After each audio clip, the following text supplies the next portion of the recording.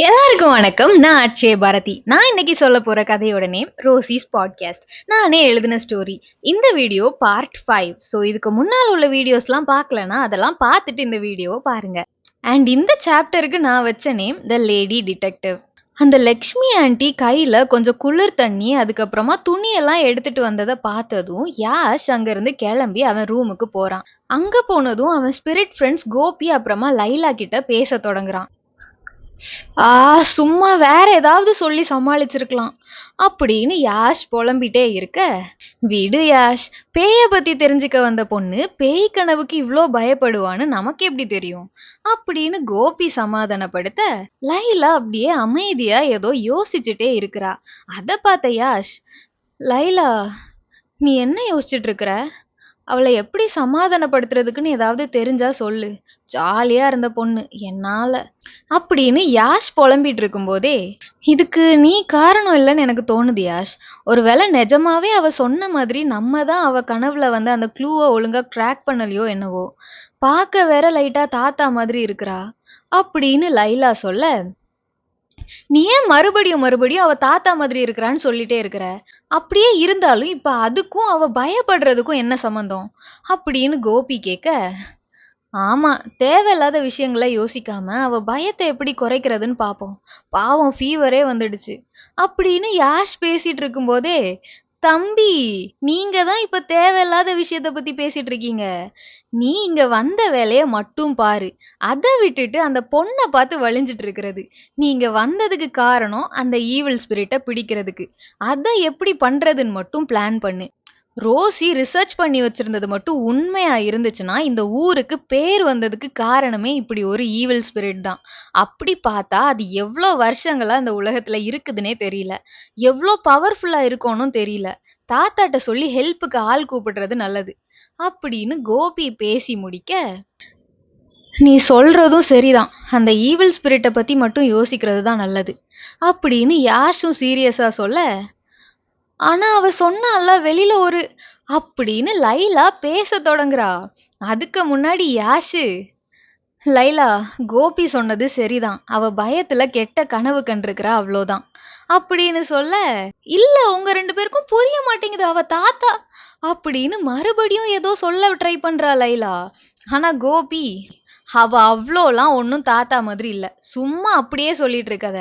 அப்புறம் அவர்கிட்ட போயும் இதே மாதிரி ஏதாவது சொல்லிட்டு இருக்காத, உனக்கே தெரியும் அவர் எப்படி ஃபீல் பண்ணிட்டு இருக்கிறாருன்னு அப்படின்னு சொல்ல, சரி அவருக்கு ஃபோன் பண்ணி பாரு, எப்படியும் ஹெல்ப்புக்கு ஆள் வேணும்ல. நிஜமாவே இந்த ஈவில் ஸ்பிரிட் அவ்வளோ வருஷமா இந்த உலகத்துல இருக்குதுன்னா நீ மட்டும் அதை சமாளிக்கிறது ரொம்ப கஷ்டம். உன் உயிருக்கே கூட ஆபத்தா போய் முடியலாம் அப்படின்னு லைலா அமைதியா சொல்ல, யாஷும் ஃபோன் பண்ணி பண்ணி பாக்குறான். யாருமே எடுக்கல. 2 பேருமே ஃபோன் எடுக்க மாட்டேங்கிறாங்க. ஆஃபீஸ்க்கு கால் பண்ணா ஏதோ அவசர வேலைன்னு வெளியில போயிட்டாங்கன்னு வேற சொல்றாங்க அப்படின்னு யாஷு சொல்ல, நான் கொஞ்சம் போய் ரோசி பக்கத்துல இருக்கிறேன் அப்படின்னு சொல்லிட்டு லைலா கிளம்பவும், அவளை பத்தி கவலைப்படுறதுக்கு நம்ம கிட்ட டைம் இல்ல அப்படின்னு கோபி கத்த, ஒருவேளை அவளுக்கு நிஜமாவே கனவுல க்ளூஸ் வந்ததுன்னா, ஒருவேளை அப்படி இருந்துச்சுன்னா நம்ம அந்த ஈவில் ஸ்பிரிட்டை எதிர்பார்க்காத நேரம் போய் பிடிக்கலாம். இப்ப இருக்கிற சிச்சுவேஷனுக்கு ஒரு சின்ன க்ளூ நிறைய ஹெல்ப் பண்ணும். இன்ஃபேக்ட் ரோசி இந்த ஊரை பத்தி அவ்வளோ ரிசர்ச் பண்ணி வைக்கலனா நம்ம இந்நேரம் ஈஸியா முடிக்கிற வேலைன்னு அசால்ட்டா இருந்திருப்போம் அப்படின்னு லைலாவும் சீரியஸா சொல்ல, என்னவோ பண்ணு அப்படின்னு சொல்லிட்டு கோபி மூஞ்ச திருப்புறான்.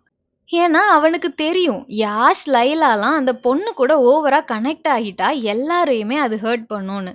ஏன்னா இந்த வேலையை முடிச்சதும் அவளை மறந்துட்டு அடுத்த ஈவில் ஸ்பிரிட்டை பிடிக்கிற வேலையை பார்த்துட்டு இவங்க கிளம்ப வேண்டியதுதான்.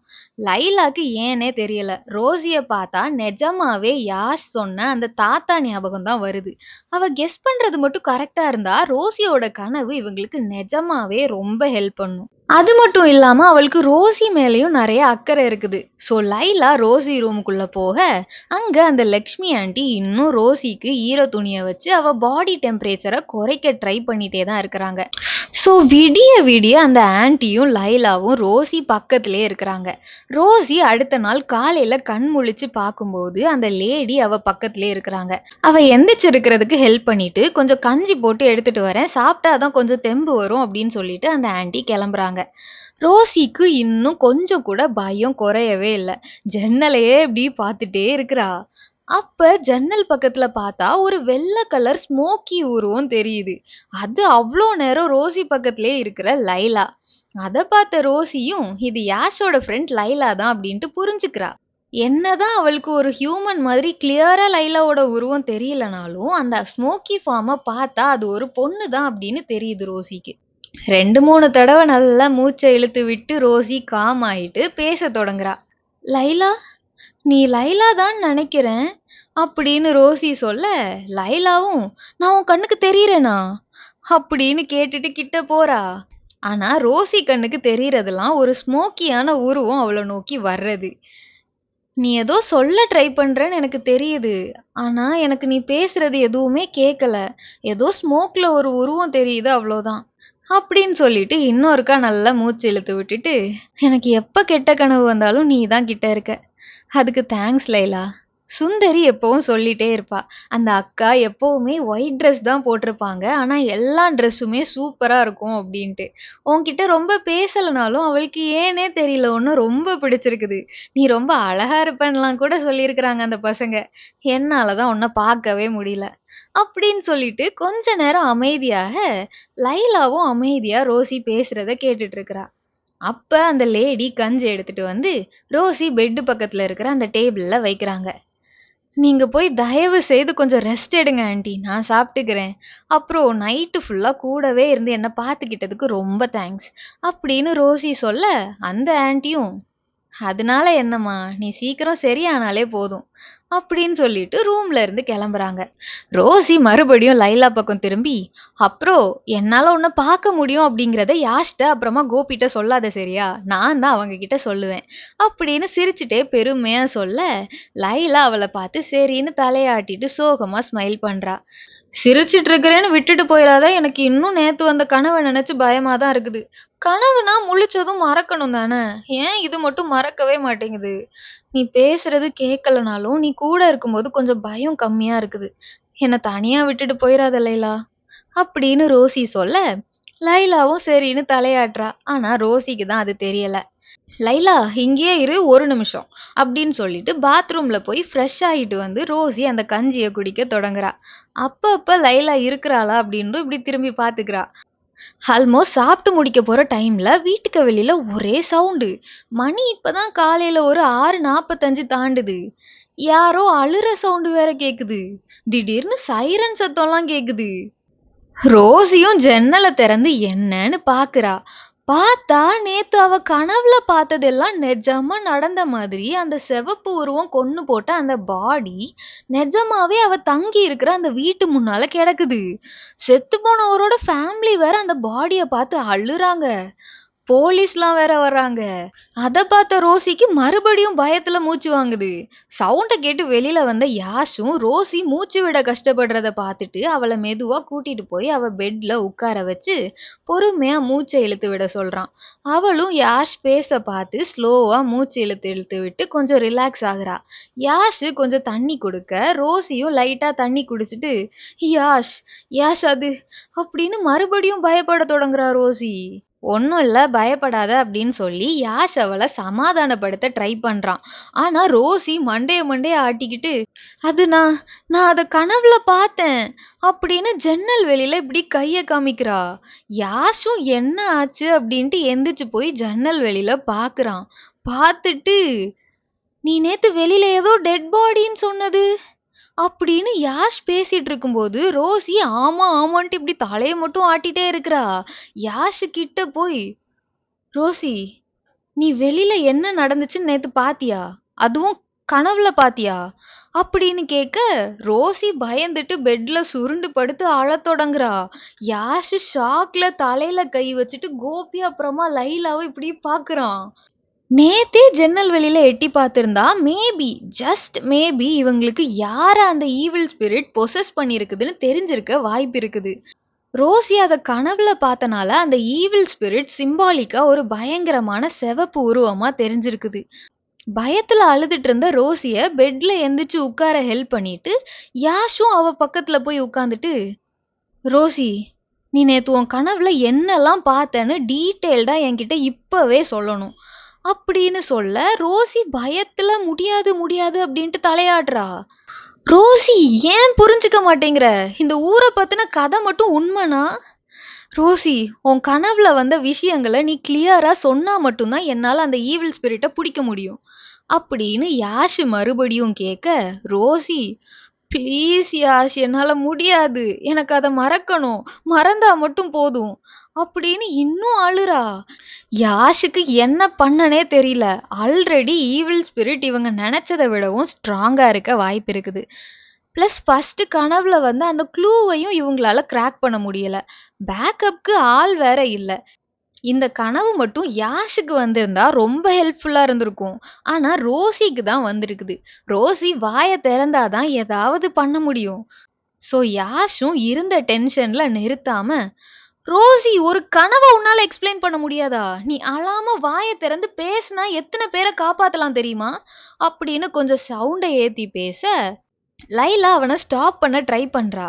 ஆனா யாஷ் விடாம, தயவு செய்து நீ கனவுல பார்த்தத சொல்லு அப்படின்னு சொல்ல, ரோசி அழுதுட்டே குனிஞ்ச தலை நிமிராம அப்படியே இருக்கிறா. ஒரு சின்ன கனவை பார்த்ததுக்கே இப்படி உட்கார்ந்துட்ட, இதுல பேய பத்தி தெரிஞ்சுக்க அப்படின்னு யாஷ் ஓவரா வாயை விட பார்த்தான். பட் லைலா யாஷ் அப்படின்னு கத்த, யாஷும் அவன் இப்படி பேசுறது சரியில்லைன்னு வாயை மூடிட்டான். ஆனா அவன் பேசுறத கேட்ட ரோசி, உனக்கு என்ன, உன்னை பொறுத்த வரைக்கும் நான் இந்த கேஸை சால்வ் பண்ண உனக்கு கிடைச்ச ஒரு பசில் பீஸ். 2 டேஸ்க்கு முன்னாடி என்னை ஃபர்ஸ்ட் மீட் பண்ணதுல இருந்தே உனக்கு தேவைக்கு தான் நீ என்கிட்ட பேசுற, இன்டராக்ட் பண்ற. ஆனா நான் வெறும் ஒரு சாதாரண மனுஷி தான் யாஷ், நானும் மனுஷி தான்.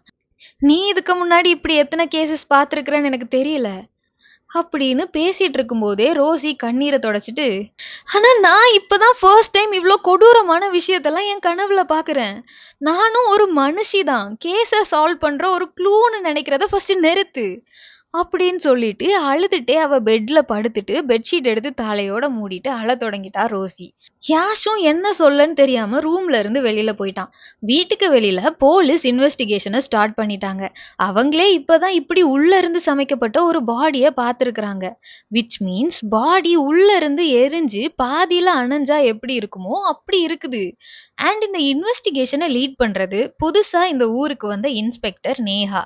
இங்க நடக்கிற அமானுஷ்யங்கள் எல்லாத்தையும் பார்த்த அந்த பழைய இன்ஸ்பெக்டர் டிரான்ஸ்ஃபர் கேட்டு கிளம்பிட்டாரு. ஸோ சிட்டில பெரிய இடத்து கேஸ் எல்லாம் நடத்திட்டு இருந்த நேஹாவை இந்த ஊருக்கு டிரான்ஸ்ஃபர் பண்ணிட்டாங்க. நேஹா நிறைய சிட்டி கேசஸ் எல்லாத்தையும் டீல் பண்ணியிருக்கிறாங்க. பட் இந்த கேஸ் அவங்களுக்கே புதுசா தான் இருக்குது. அழுதுட்டு இருந்த அந்த இறந்து போனவரோட ஃபேமிலியை அனுப்பி வச்சுட்டு தேவையான எவிடன்ஸை ஸ்பாட்ல இருந்து கலெக்ட் பண்ணிட்டு பாடியையும் போஸ்ட்மார்ட்டம் பண்ண அனுப்பி வச்சுட்டாங்க நேஹா. அதுக்கப்புறமா அந்த ஏரியால இருக்கிற ஒவ்வொருத்தங்களையா இன்வெஸ்டிகேட் பண்ண தொடங்குறாங்க. ஊர் தலைவர், ஊர் தலைவரோட ஒய்ஃபு, குழந்தைங்க, ஊர் தலைவரோட ஆட்கள், இறந்து போனவரோட ஃபேமிலி. அந்த இறந்து போனவரோட ஃபேமிலி வேற, இந்த ஊர் தலைவரோட ஆட்கள் தான் கடைசியா ஏதோ வேலைன்னு சொல்லிட்டு இறந்து போனவரை கூட்டிட்டு போனதா சொல்லியிருக்கிறாங்க. அதான் இந்த ஊர் தலைவர் அப்புறமா ஊர் தலைவரோட ஆட்கள் கிட்ட விசாரிக்கும் போது அவர் மதியமே இவங்கள மீட் பண்ணிட்டு வீட்டுக்கு கிளம்பிட்டாருன்னு, இப்படி எப்படி நடந்துச்சுன்னு இவங்களுக்கே புரியல அப்படின்னு சொல்றாங்க. அத்தோட லக்ஷ்மி ஆண்டி, யாஷ்னு எல்லார்கிட்டயும் பேசி முடிச்சுட்டு லாஸ்டா ரோசிய கூப்பிடுறாங்க. ரோசி ஆக்சுவலி யாஷ் கூட சண்டை போட்டு முடிச்சுட்டு அழுதுட்டே தூங்கிட்டா. லக்ஷ்மி ஆண்டி தான் அவங்க இன்ட்ராகேஷன் முடிஞ்சதும் ரோசிய எழுப்பி இன்ட்ராகேஷன் நடக்கிற இடத்துக்கு கூட்டிட்டு போறாங்க. ரோசி அங்க போய் வெயிட் பண்ணிட்டு இருக்கும்போது கோபி அப்புறமா லைலா வெளியில நிக்கிறத பாக்குறா. ஃபர்ஸ்ட் மாதிரி இன்னுமே அவங்க ஸ்மோக்கி ஃபிகர்ஸா தான் அவ கண்ணுக்கு தெரியுறாங்க. பட் ஒன்னு பொண்ணு ஒன்னு பையன்னு மட்டும் ரோசிக்கு தெரியுது. ரோசிய பார்த்ததும் லைலா ரோசி கிட்ட போய் நிக்க, யாஷ் நேஹாட்ட பேசி முடிச்சுட்டு ரூமை விட்டு வெளியில வரான். அடுத்து ரோசி தான் உள்ள போகணும். ரோசி உள்ள போகும்போது கூடவே லைலாவும் உள்ள போறா. யாஷ் கோபியையும் கூட உள்ள அனுப்பி வைக்கிறான். ரோசிக்கு ஒரே நர்வஸா இருக்குது. என்ன கேட்பாங்க, என்ன பதில் சொல்றது? கனவுல ஒரு பேய் கொலை பண்ணதை பார்த்தேன்னு சொன்னா பைத்தியம்னு நினைப்பாங்க. அப்படியே டென்ஷன்ல உள்ள போய் உட்கார்றா. எப்படியோ ஏதோ எழுதிட்டு இருந்த நேஹாவும் நிமிந்து பாக்குறாங்க. ரோசிய பார்த்துட்டு ரோசி பின்னால வேற சுத்தி முத்தி பாக்குறாங்க. பார்த்துட்டு, நீ தானே ரோசி அப்படின்னு கேட்க, ஆமா அப்படின்ட்டு ரோசி சொல்ல, நீ தனியா வருவேன்னு நினைச்சேன். அவங்க 2 பேரும் யாரு? அப்படின்னு நேஹா ரோசிக்கு பின்னால பார்த்துட்டு கேட்க, ரோசிக்கு ஒரே ஷாக்கு. ஏன்னா ரோசி பக்கத்துல நிக்கிறது லைலா. பின்னால ஒரு ஓரமா சாஞ்சு நிக்கிறது கோபி. 2 பேரும் ஸ்பிரிட்ஸு. உங்க கண்ணுக்கு அவங்க 2 பேரும் தெரியறாங்களா? அப்படின்னு கேட்கணும் போல தான் இருக்குது ரோசிக்கு. ஆனா அப்படி சொன்னா லூசுன்னு நினைப்பாங்க அப்படின்னு யோசிச்ச ரோசி கன்ஃபியூஸ்டா ஃபேஸ வச்சுட்டு, நான் மட்டும் தானே இங்க இருக்கிறேன் அப்படின்னு நடிக்க, நேஹாவும் ஓ சாரி நான் தான் ஒழுங்கா தூங்காம ஏதோ அப்படின்னு ஏதோ சொல்லி சமாளிக்கிறாங்க. லைலா ரோசி பக்கத்துல ஷாக் ஆகி நிக்க, கோபி நேஹா மூஞ்சி முன்னால போய் நின்னுட்டு, நானும் என் ஃப்ரெண்டும் உன் கண்ணுக்கு தெரியிறோமா அப்படின்னு கேட்க, நேஹா அவன பார்க்காத மாதிரி ரோசி கிட்ட கொஸ்டின் பண்ண தொடங்குறாங்க. நேத்து சந்தேகப்படுற மாதிரி வித்தியாசமா ஏதாவது நோட் பண்ணியா? அப்படின்னு நேஹா கேட்க, ரோசி இப்படி பசங்க கூட கொஞ்ச நேரம் வெளியில சுத்திட்டு மத்தியானத்துல இருந்து வீட்டுக்குள்ள தான் இருந்தேன். டயர்டா இருந்தனால ரெஸ்ட் எடுத்தேன். நைட்டு உடம்பு வேற சரியில்ல. ஸோ நல்லா தூங்கிட்டேன் அப்படின்ட்டு நடந்தது எல்லாத்தையும் சொல்றா. ஆனா கோபி நிறுத்தவே இல்லையே. அவனுக்கு இப்ப நேஹா கண்ணுக்கு இவங்க தெரியறாங்களா இல்லையான்னு கண்டுபிடிச்சே ஆகணும். அதனால நேஹா முன்னால போய் கையாட்டுறான், காலாட்டுறான், அட்ரட்ரா நாக்கு முக்கான்னு டான்ஸ் ஆடுறான், மூன் வாக் பண்றான். லைலா அவன நிறுத்த சொல்றா. ஆனா அவன் கேட்கவே இல்ல. அதான் அவ கண்ணுக்கு நம்ம தெரியலையே, அப்புறம் எப்படி டிஸ்டர்ப் ஆகும் அப்படின்ட்டு வேணுக்குனே கத்துறான். ரோசிக்கு கோபியோட ஸ்மோக் ஃபார்ம் அங்கேயும் இங்கேயும் போறது தெரியுது. அவளும் அத கண்டுக்காம நேஹா கேக்குற பேசிக் ஸ்ட்ரெயிட் ஃபார்வர்ட் கொஸ்டின்ஸ் லைக் அவ எதுக்கு இந்த ஊருக்கு வந்திருக்கிறா, எவ்வளோ நாளா இங்க இருக்கிறா, செத்து போனவரை தெரியுமா, இதுக்கு முன்னாடி அவரை பார்த்திருக்காளா அப்படின்ட்டு சிம்பிள் கொஸ்டின்ஸ் எல்லாத்துக்கும் பதில் சொல்லிட்டு இருக்கிறா. நேஹாக்கு செம்மையா இரிட்டேட் ஆகுது. ஆனா எப்படியோ கண்ட்ரோல் பண்ணி அத ஃபேஸ்ல காமிச்சுக்காம நல்லபடியா இன்ட்ராகேஷனை முடிச்சு விட்டுட்டாங்க. இன்ட்ராகேஷன் முடிச்சு வெளியில போனதும் வெளியில வெயிட் பண்ணிட்டு இருந்த யாஷ் ரோசிட்ட பேச வரான். ஆனா ரோசி இப்போதைக்கு இந்த யாஷ் கிட்ட பேசுற ஐடியாலேயே இல்ல. அதனால அவ பின்னாடி வெளியில வந்த கோபி அப்புறமா லைலாவை பாக்குறான் யாஷ். கோபி இன்னும் 3 வாக்குலயே தான் ரூம்ல இருந்து வெளில வர்றான். லைலா இவன் வேற அப்படிங்கிற மாதிரி யாஷை பார்த்ததும் தலையாட்டுறா. என்னாச்சு? ரோசி நம்மள பத்தி எதுவும் சொல்லல தானே? பயப்படாம பேசினாளா? அவ இப்போ ஓகே தானே? அப்படின்னு யாஷ் கொஸ்டின் மேல கொஸ்டினா கேட்க, 3 வாக்க முடிச்ச கோபி, யாஷ் இப்ப அது முக்கியம் இல்ல. உள்ள இருக்கிற இன்ஸ்பெக்டர் மேடம் கண்ணுக்கு நாங்கெல்லாம் தெரியிறோம் அப்படின்னு சொல்ல, யாஷ் ஷாக் ஆகி அந்த ரூம் பக்கம் திரும்ப, நேஹா வெளியில வந்து அவங்க கீழ வேலை பார்க்குற ஆபீசர் கிட்ட ஏதோ பேசுறாங்க. அப்ப கோபி இருந்துட்டு, ஓய் இன்ஸ்பெக்டர் மேடம் அப்படின்னு கத்த, நேஹாவும் பழக்க தோஷத்துல திரும்பிட்டாங்க. ஆனா கத்துனது கோபின்னு தெரிஞ்சதும் மூஞ்ச திருப்பிட்டாங்க. ஆனா யாஷ் அங்க நின்னுட்டு அவங்களே பார்த்துட்டு இருக்கிறத நோட் பண்ண நேஹா மறுபடியும் திரும்பவும் யாஷ் ஒண்ணுமே நடக்காத மாதிரி கிளம்பிட்டான். உங்க வாய கொஞ்சம் மூடுங்க. சாப்டர் 5 நல்லபடியா முடிஞ்சு போச்சு. ஸ்டோரி எப்படி இருந்துச்சுன்னு மறக்காம கமெண்ட் பண்ணுங்க. இன்னும் சப்ஸ்கிரைப் பண்ணலனா சப்ஸ்கிரைப் பண்ணுங்க. நெக்ஸ்ட் வீடியோல சந்திக்கும் வரை பாய்.